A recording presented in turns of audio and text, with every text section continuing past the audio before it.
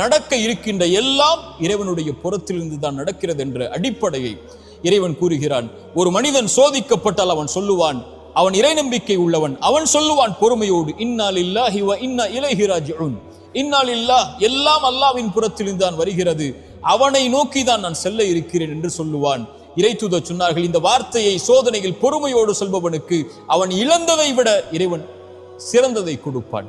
அவன் நம்புகிறான், இறைவன் புறத்திலிருந்து தான் நடந்தது இந்த கடந்த காலத்தில், இறைவன் இதை மாற்றுவான், அவன் எதிர்காலத்தை எனக்கு கொடுத்திருக்கிறான், அதை நோக்கி நான் நகர வேண்டும் என்ற அடிப்படையை புரிந்தவனாக அவன் இந்த உலக வாழ்வில் வாழ்வான். எது இழந்தாலும் என்று இறைத்தூதர் சொன்னார்கள், ஒரு மனிதனுடைய குழந்தையுடைய உயிரை கைப்பற்றுவான் இறைவன். கைப்பற்றக்கூடிய மலக்கிடத்திலே அந்த வானவரிடத்திலே கேட்பான், இந்த அடியானுடைய குழந்தையின் உயிரை கைப்பற்றும் போது அவன் என்ன சொன்னான்? அவன் நேசித்த அந்த குழந்தையுடைய உயிரை கைப்பற்றும் போது அந்த இறையடியான் என்ன சொன்னான்? யா அல்லாஹ், என் நிறைவா, இவன் புகழ்ந்தான் உன்னை, உன்னிடத்திலே திரும்பி வந்து விட்டான், இன்னா லில்லாஹி வ இன்னா இலைஹி ராஜிஊன், யா அல்லாஹ், உன்னை சார்ந்தவன் நான், உன்னிடத்திலே திரும்பி வருகிறேன் என்ற அந்த வார்த்தையை மொழிந்தான். இறைவன் சொல்லுவான், அவனுக்கு சொர்க்கத்திலே ஒரு வீட்டை அமையுங்கள் என்று.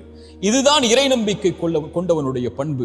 இறைவனுடைய நாட்டத்தில் நடக்கிறது, இனிமேல் நடப்பது சிறந்ததாக இருக்கும் என்று இறைவனை சார்ந்து வாழ ஆரம்பிப்பான்.